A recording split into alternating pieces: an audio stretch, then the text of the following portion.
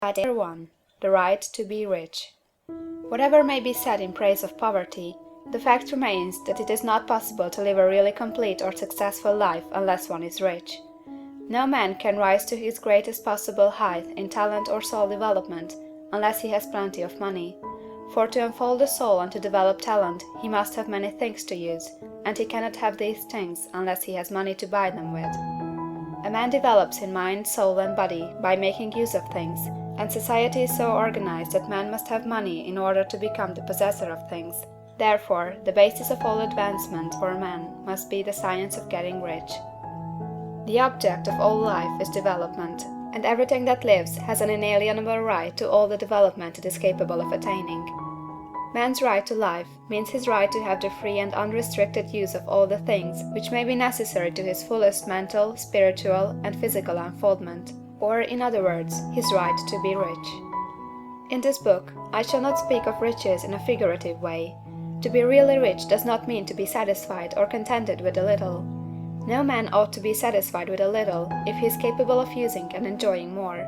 The purpose of nature is the advancement and unfoldment of life, and every man should have all that can contribute to the power, elegance, beauty, and richness of life. To be content with less is sinful.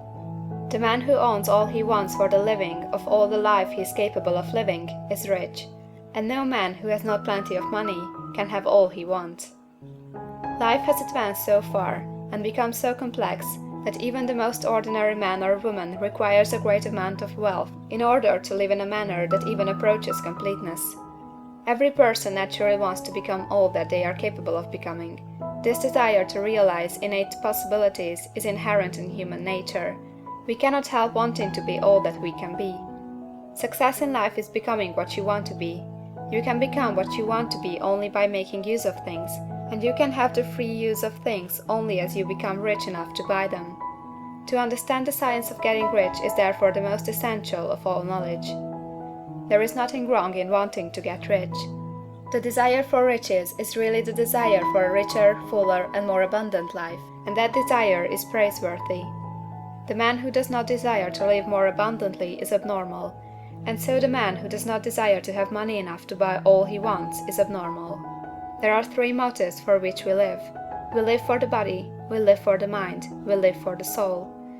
No one of these is better or holier than the other. All are alike desirable, and no one of the three, body, mind, or soul, can live fully if either of the others is cut short of full life and expression. It is not right or noble to live only for the soul and deny mind or body, and it is wrong to live for the intellect and deny body or soul. We are all acquainted with the loathsome consequences of living for the body and denying both mind and soul, and we can see that real life means the complete expression of all that man can give forth through body, mind, and soul. Whatever he can say, no man can be really happy or satisfied unless his body is living fully in every function, and unless the same is true for his mind and his soul. Wherever there is unexpressed possibility, or function not performed, there is unsatisfied desire. Desire is possibility seeking expression, or function seeking performance.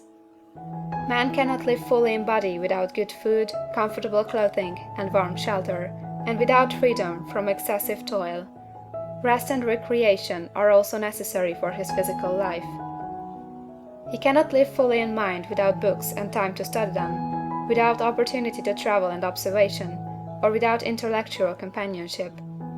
To live fully in mind, he must have intellectual recreations, and must surround himself with all the objects of art and beauty he is capable of using and appreciating. To live fully in soul, man must have love, and love is denied expression by poverty. A man's highest happiness is found in the bestowal of benefits on those he loves. Love finds its most natural and spontaneous expression in giving. The man who has nothing to give cannot fill his place as a husband or father, as a citizen, or as a man. It is in the use of material things that a man finds full life for his body, develops his mind, and unfolds his soul. It is therefore for supreme importance to him that he should be rich. It is perfectly right that you should desire to be rich. If you are a normal man or woman, you cannot help doing so. It is perfectly right that you should give your best attention to the science of getting rich, for it is the noblest and most necessary of all studies. If you neglect this study, you are derelict in your duty to yourself, to God and humanity. For you can render to God and humanity no greater service than to make the most of yourself. End of Chapter 1.